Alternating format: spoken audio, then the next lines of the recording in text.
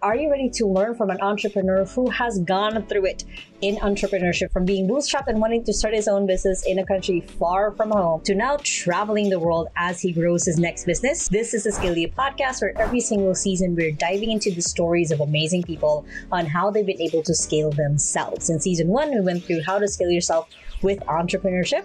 Season 2 was basically how to scale yourself as a digital nomad. And right now on season 3, we're diving into people who have started more than one business for themselves, whether by luck or by necessity, and how they've been able to do it. We're going to dive through their stories of their triumphs, basically, their wins, their highlights in their life, as well as the things that got them there, the struggles, the bottlenecks, the oh my god, what am I doing moments. We're going to dive through each of that. So if you're ready to ditch the grind, let's go ahead and scale you. Now, for our guest today, he was born in India and he moved to London to pursue an MA in welfare economics at the London School of Economics. In 2008, his family immigrated to Canada, where he worked multiple jobs, including blueberry picking and selling radio advertising door to door. Self-taught in digital marketing, he gained experience working with Team India and Jamaica during the 2010 Winter Olympics, followed by roles at HSBC Canada and Best Buy Canada. In 2014,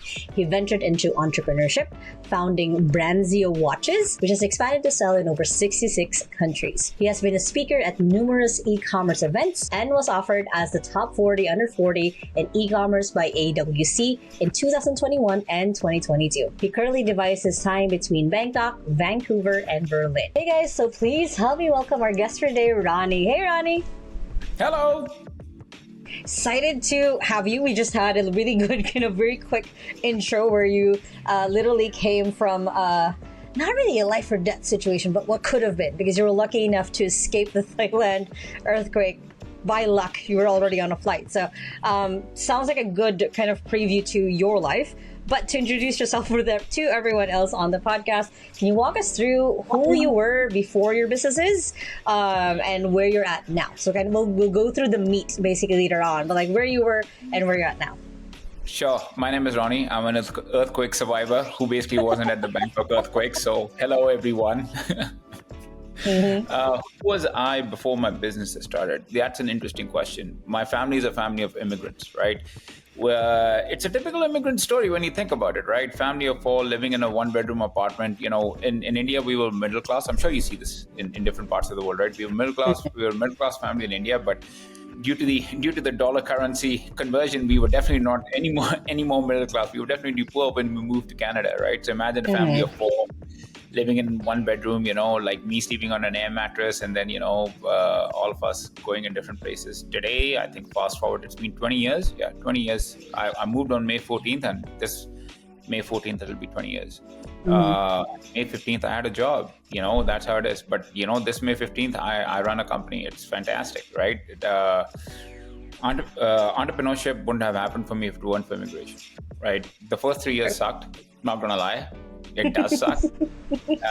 You're like, oh, I want to go back. What is this place? And now, now I'm kind of like, well, you know, I'm proud to be Canadian. I feel like there's this. That's my adopted home. I wear, I travel around with my like Canadian flags everywhere, as one Canadian does, and talk about hockey here and there. But entrepreneurship taught me a lot. Entrepreneurship taught me how to be it taught me to level up to be a better human being. What that means for me personally is very different from what it means for everybody else. Mine gave me freedom, gave me the opportunity, gave me the gift of discipline, because and it also gave me the opportunity to cut my weight in half. I used to be 110 kilos. Today I weigh about 65. Wow. I'm half the man I used to be, other than a survivor. That's amazing. So I have a lot that I want to unpack there. The first part, and it's so interesting because I think, I'm trying to remember, like throughout all of the other interviews we've had immigrants, but it's not really that kind of background where you've immigrated to Canada and now you're actually living in Thailand. Tell us more about that transition first, and then we'll go into the meaty entrepreneur stuff later. Sure, for sure. Like, look, at the end of the day, Canada's a nice place, right? If you would ask me to move back to Canada, I'd be like, heck no. Like, you would have to pay me. Like, when I say pay me, I'm like, talk about like, 10 figures, right? Mm-hmm. Like, that's what would move me back home. Or, you never know, there's a red, there's a black black sheep event, and then you basically end up going there, right? Black swan. My apologies. There's the Asia is where the world is. In the sense that this is the last market where things are growing, things are moving fast-paced. You're from Philippines. I'm from, I grew up in India. That's China's close by. This is where the action is. This is where the younger people should be coming. This is where you're looking around left, right, and center. Like back. When I fear to ask how old you are, but I'm 40, right? When we were growing up, we'd look at the West and be like, the roads are paved with gold. Everything's happening amazingly there. Now, when I look at the West, I mean, with all due respect, the US is still the engine of the world, but it's a shell of its former self, socially, socioeconomically, in every which way. And you look at how things are going in Asia, things move fast. Yeah. You know what I mean? It's like I can go to Guangzhou with an idea for a watch in the morning. By the afternoon, this watch prototype is ready. It's good to go, and everything's amazing, right? So I'm like extremely impressed by that concept. And when I necessarily think about the whole concept of how Asia differs from the West essentially has forgotten what manufacturing is.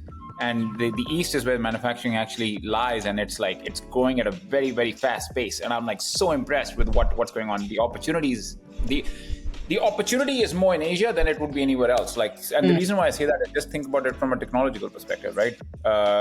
When technology came in, it democratized wealth. For the US. So think about like early 2000s, you're talking about Elon Musk, you're talking about, Jeff Bezos, you're talking about all these guys. People we look up to and we're like, oh my God, these are the heroes of the world. Today, when you look at Asia is ripe for the democratization, right? So Philippines, for example, run by 500 families. Thailand, run by 500 families. India, run by probably about 250, 300 families, right? These guys own that's old money, right? New money's coming in now, and it's interesting. Shit's moving. It's fast. True. Again, you touched upon a lot of stuff in there, and I totally agree. Like, I have not yet been to the US or Canada, just because Philippine passport is harder. Nice. But I've been to I've been to Europe, and I've traveled all over Asia as well, and I see exactly what it is that you mean, that it is a little bit faster. Part of it could be because they did outsource everything to Asia, so then everything became kind of native here. So I understand what you mean. So tell me more about about your story. Like you touched upon, you get an idea and you can get it, get an idea for a watch, you can get it done. So tell me more about the business that you have, and a little bit of that, first 1 to 3 years, because I usually call them your season 1 in your business. When you're trying to find your voice, when you're trying to figure out what you want to do, and as well as businesses that sprouted off of that. What was that journey like for you? Well, that's very interesting, right? My first business was in watches, and the way it started was quite simply, I read somewhere online that watches have a 80% gross margin, and I'm like, holy shit, what am I doing? What am I doing with my life? I gotta go. I gotta figure out how the heck to do it. I mean, before that, I used to work at Best Buy, and at Best Buy, I was a digital media buyer, so my background's in ads. I used to buy ads for like Google, Facebook, before like Facebook was coming up, right? Wow. Imagine I used to buy ads when you could buy Facebook's homepage for like 50 grand. I used to be that guy, right? So we'd go and dominate YouTube's homepage and everything else. It was fantastic. It was a great time to be in. Like I feel sometimes like I should have started earlier. The second thing that happened is I ended up so I tried to go to Alibaba, tried the Alibaba way to manufacture watches, which was basically like talking to like a no-name person, didn't know what to do. They were overcharging me, then they screwed me. And then I said, look, there has to be something on how to make watches, and I got to figure out what the code to make in watches. And the code to make in watches is quite simple. You end up at the Hong Kong Watch and Clock Fair, which happens in Hong Kong. So it's a one-way ticket from Vancouver, pretty close by, $500 for the ticket.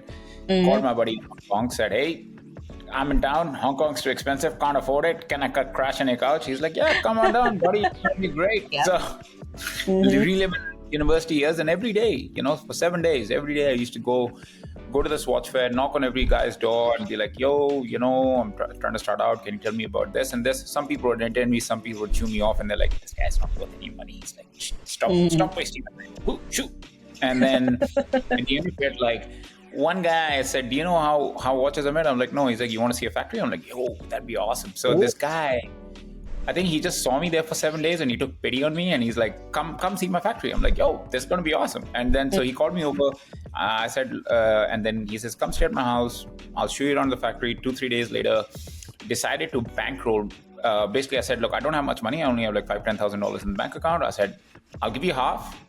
I need the other half for ads because this is something I know about. So I'm starting out as a poor pauper, basically. I have big dreams, but I don't have the money and fundraising and all this stuff. Like, I don't know how the heck it works, right? So I said, look, I'm just gonna brute force my way into this business. And so he said, look, your order is a lot more than $5,000, but I'll tell you what, you seem like you've got this, worst case scenario. What I'll do is I've got these like watches lying around on the side, and I'll give you like, say $10,000 worth, right? I'll give you a 2-for-1 deal. You see what you can do, right? You don't need to pay me up front. You can use all that money for ads. I said, wow, this is awesome. So guy took pity on me, and then the washing machine started. The Facebook washing machine started making money, and then I was able to pay him back. 10 years later, we're still with the same factory. Loyalty is hard. I will never forget this man in my life. He's the reason why I'm here. Firstly. Secondly, from there came the entrepreneurial ADD. We branched out into software. We launched a company called Truly Office, which is a competitor. I would not exactly a competitor, but it's like an alternative to Microsoft Office. It's one-time download only, so it's fantastic. There's no subscriptions, there's no nothing. It's $49.99. You buy once, use it forever. It's not $150. It doesn't break the bank. If you come back as a returning customer, I'll give you 50% off anytime you want. No issues. The third business we ventured into is health and supplements, which is a brand called 𝐬𝐿, RIEV.com. So MyReeve is the website. So we want to focus specifically on the sleep niche and pre-workout. So basically, before pre-workout is probably step 3 or step 4 in the ladder. So right now we just focus on sleep. People are problem aware that we have issues with sleep. My goal is to make people sleep soundly for about 8 hours a day, no matter what. Ideally, the next way I would like that business to evolve is, can people sleep 4 to 6 hours a night and feel like they've slept for 12 hours? That's something I need. That's what we're working on right now. What is the exact formulation needed that for 6 hours you can get 12 hours of rest? Which would, but there's a lot of people who want more hours in the day. I'm sure we feel the same. So I would be interested in that. I already sleep about 4 to 6 hours a day. I would like to feel like I had 12 hours of sleep. It'd be good. Yeah, it'd be good. You know what I mean? It's so interesting. It's like you've had so many. It is different industries. Like they're kind of in the same. Like you're creating a product or a service, but it's different industry, and I find that very kind of how did you get into that diversity, and at the same time like. And I love also the story of like you being given the chance. Basically, I have a very similar story where when I was starting out as well, my boss at that time said like, if instead of like starting a business from scratch, why not like be my co-founder on it? I'm like, yeah, that's true. And like this June, I'm hitting 11 years working with the guy, which is insane. But basically, I wanted to touch base on that of like with you having such diverse different businesses, how do you keep things kind of in check? Just because for some people having 2 businesses already is one thing, having 2 businesses in different industries is another thing. How are you kind of keeping them intact, and as well as how do you make sure that they can keep kind of running as you are traveling to Bali where an earthquake is happening? Well, here's a couple of things, right? So ideally in a perfect world, I'd like to travel less. I have a very good team. The first and foremost, there is no way around it. It's not the Ronnie show. It's not anybody else's show. It's the team behind us. Is that what makes it successful, right? They are the real bosses behind this company. Secondly, I've been lucky enough to be with some really gifted people who understand the speed at which we want to move. We work in e-commerce. We really like to move fast. We have no time for BS. Like every time we see a trend, we need to hop on it. Every time we see something change, we need to hop on it, right? I think it's a very simple matter of fact statement. If you see things that are moving slowly, we're like, okay, look, there's something broken here. We need to tinker around it. Yeah. Secondly, most of the team, we have a very organized structure. I would say more organized than it used to be 7 years ago. And then there was a gentleman who came in and he retooled our company for us, which was basically traction, EOS, Rockefeller habits, everything. So everything top bottom is managed. So, I have weekly calls, stand-up meetings, then, 3 managers manage each brand. Each brand has a customer service team. Each brand has its own marketing team. Each brand has its own creative team. Each brand has its own media buyers. because I tried to centralize the operation, and the problem with centralizing, which is what most people would do, they're like, oh, let's just centralize customer service, let's just centralize this and that. And I was like, nah, it's not going to work out. I've tried it. I'm telling you, I've broken my nose on it a few times, because as soon as you start centralizing things, what happens is, where would people be more loyal to? Right, that's a question you got to ask yourself, right? What brand are they? Some people into health and fitness, probably put them in the health and fitness thing. Be like, hey man, here you go, like health benefit. What do you want for benefits? You want free subs? No problem. Have it, right? Some people are more into the gaming and software side of things. It's like, okay, well, you want some free PC card, you want to upgrade your RAM, blah blah blah. Well, yeah, sure, we'll hook you up. Put people in where they're more interested in, right? Most guys are more into gadgets, so that's why that team is more.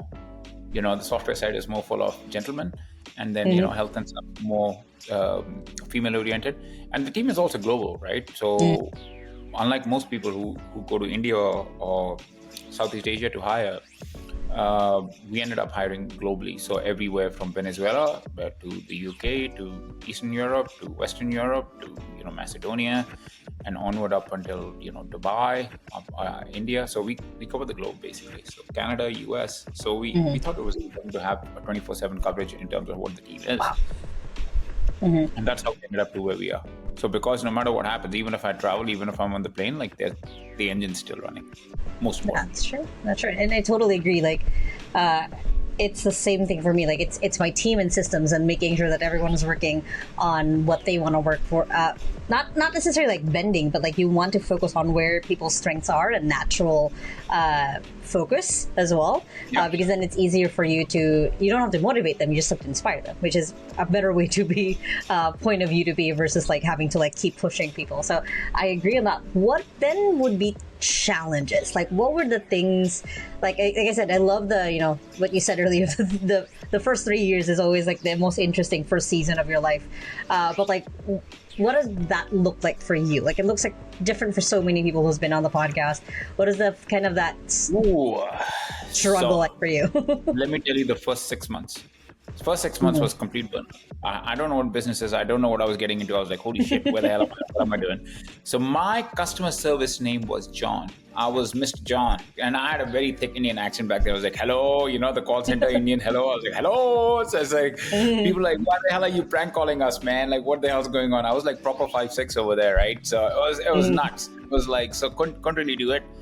But I was the media buyer, I was customer service, I was sourcing manager, I was doing everything. All the hats. I was a woman shop. I had all the hats on, right? And it's like, and then this guy was going in every day. Like I think I used to. So my first country where I got where we started growing was Australia and New Zealand. But keep in mind, I was living in Canada, so I was waking up at like 2 a.m. to work, and then going to bed at like 12 noon, and then and then I'll wake up again at 6, 7, hopefully go to the gym, and gym was only gain like 20-30 kilos pretty easily, drinking heavily as well on top, because you don't know how the hell to handle stress. So what you do is you hit the as quickly as possible, and yeah, it was hard. It was real hard, and that was the first 6 months till the time somebody said, hey, have you read 4-Hour Workweek? Have you read this? And I'm like, look, man, I'm not going to go into all this. It's like, I'm not into these guru books, although I've been enamored by them. I'm like, look, this is not for me. I'm good with it. I just don't need to go through this whole process. But I had a buddy. I said, look, I'm a person who learns by talking to people. So I'm like, tell me what you know. Tell me how you done it, and then I'll just figure it out in my head, right? That's the way I gain knowledge. Some people like to read books, fair enough. Now you got ChatGPT, even better. But asking and talking to people, there's some real life experiences that people have that I don't think so any of these books or GPT or anything else can have, right? There's certain angles that people have seen in real life that, you'd never be able to see again. So I've been kind of lucky from that perspective that, I've had good friends who've sort of helped me out with this kind of stuff.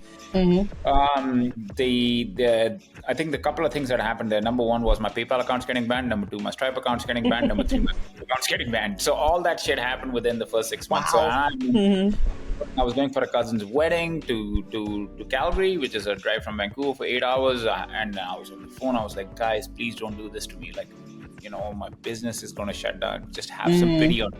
Help me out. Anyway, they had held on to about 50 grand. Long story short, what happened nicely at the end of the day was, the Canadian dollar tanked, and then I got 1.5 times or what they had held on to after 6 months. So I was like, okay, that's fine. Wow. I'll take this I'll take this fixed deposit. Thank you very much. Yeah. 1.5 in 6 months. Very, very good. Thank you very much. I'll take that.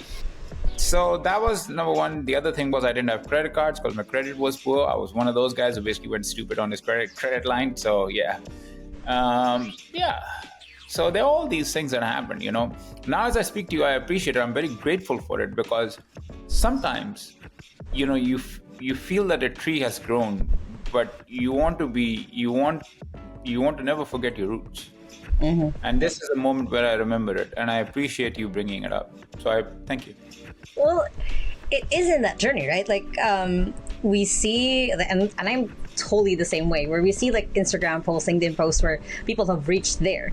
But like the reason why I like diving into people's past is we get to see the rough parts, basically, that built then the beautiful things that you can post on Instagram or LinkedIn. So I thank you for also diving into that, because I think everyone has getting shut down by PayPal and Stripe story. I have one myself, and as well as like calling them up and making sure that things stay open.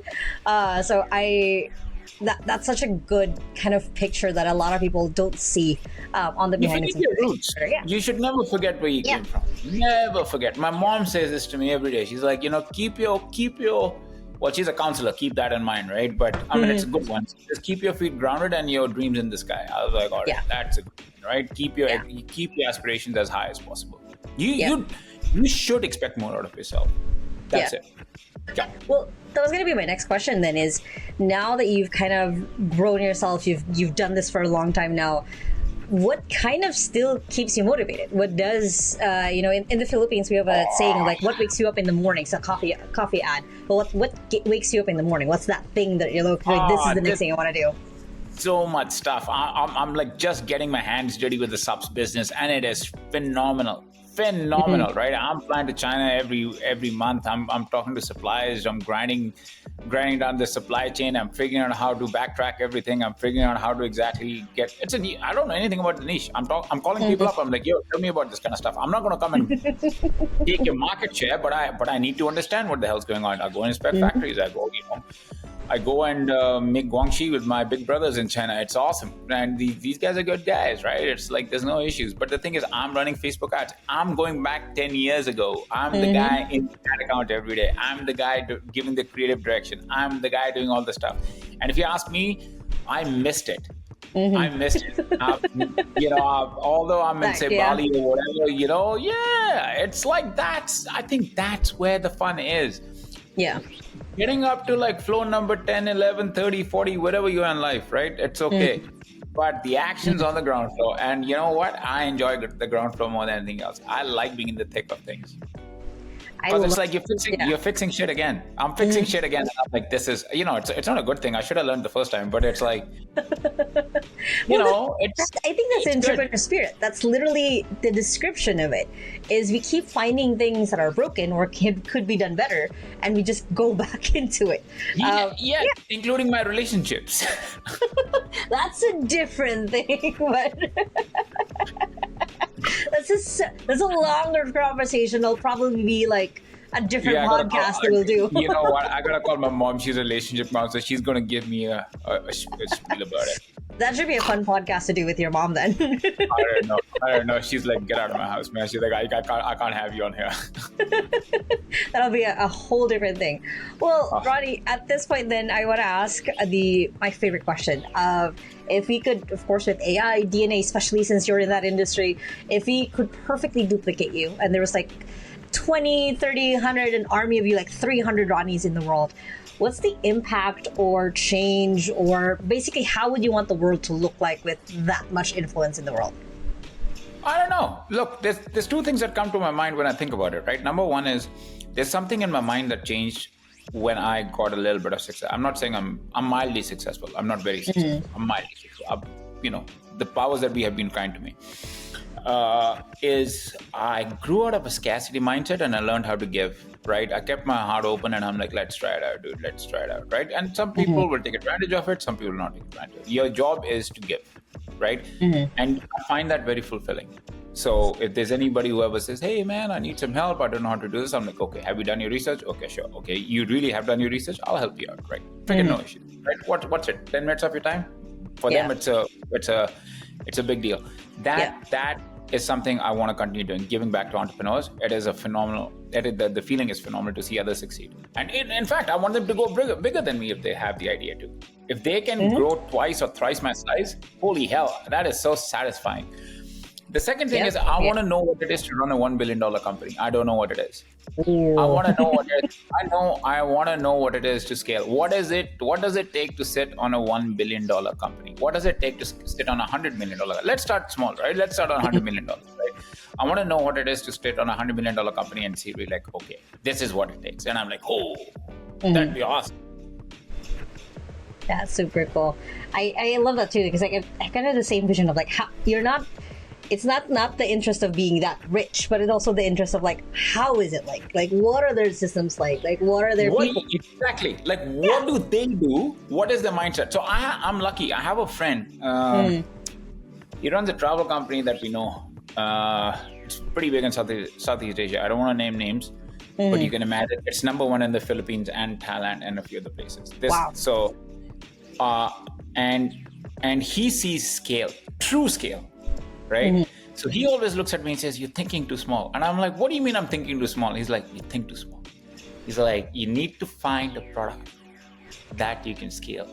And I'm like, and I still don't know. And that's why I started the subs brand. Because I'm like, so it was simple. What has scalability? I want to know what has scalability. Does it have 50 million scalability, 100 million scalability, or $250,000 scalability? That's up to me. And that's what I want to grind on. That's it. That's amazing and fantastic. And I've loved your energy this whole podcast because you literally talked in the way that my brain usually talks. Like I watch 2 times speed on everything, sometimes 2.5. So that's perfect speed that you talk. And as well as like all of the deep dive stories of like being an entrepreneur. And I share the same way. Like literally 2 hours ago, I was at a training where they asked the same question of like, what's something that motivates you? What wakes you up in the morning? I love seeing people grow. Because it's always nice to have rich friends because then you get to learn from them and then you get to that next level. So I love that that's a shared thing. So Ronnie, how can people find you? How can people look through your journey and follow you? Just look me up on LinkedIn. If you Google search my name, I've got a knowledge panel on there. So you can, Ronnie and last name Teja, just look me up, man. I'm on there. Like it's like I've got my X account, Twitter account, LinkedIn account, whatever you want. No OnlyFans, but everything else is there. I did look you up right before this interview and I did see that knowledge panel. Like well placed. Well, thank you so much, Ronnie, for being on the podcast. Yeah, my pleasure. This was fun. And again, if you guys do want to connect with Ronnie, his links are going to be in the description below. Make sure to check that out. And wherever you are watching, listening, or just tuning into the 𝐬𝐞𝐥𝐥𝐢 podcast, make sure to send us some love by hitting that like button wherever you're watching or listening this from. And if you still haven't yet, make sure to hit the subscribe button so you don't miss any of our episodes at the 𝐬𝐞𝐥𝐢 podcast. And I hope you guys have a fantastic day. And remember that small steps matters. And I'll see you in the next episode. Bye.